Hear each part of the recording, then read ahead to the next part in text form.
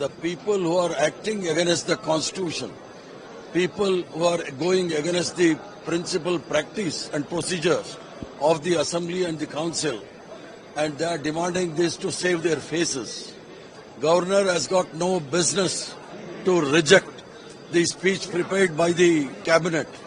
And Governor, according to the Constitution and the Kaul and Shakta, Article 176(1) says the Governor has to read the speech prepared by the cabinet.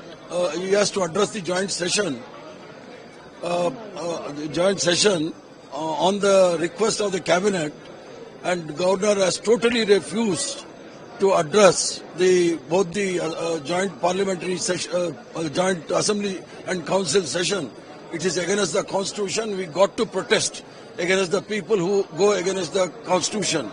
For Bharatiya Janata Party appointees, these appointed governors, it has become a fashion for these people to humiliate the chief ministers, humiliate the people of the state who have not voted the Bharatiya Janata Party, and this is not accepted. Karnataka is known as a progressive state and law-abiding state, and these governors who come from the Nagpur University, they are trying to browbeat the people of Karnataka. That is unacceptable.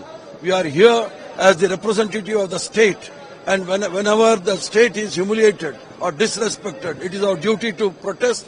And when the head of the constitution, governor, goes against the constitution, it is my duty to protest against the constitution. I have done it. So they've demanded your suspension. Well, they have no words. They don't have the vocabulary to face me. Always they keep, because when they do it, it is a very same thing. When we protest, they use all kinds of words. And you can see, if I don't want to show my back, they have torn my clothes and all. Who has done this? Should I say the governor has done, or the Bharatiya Janata Party has done, or Amit Shah has told these people to attack me? You can just see.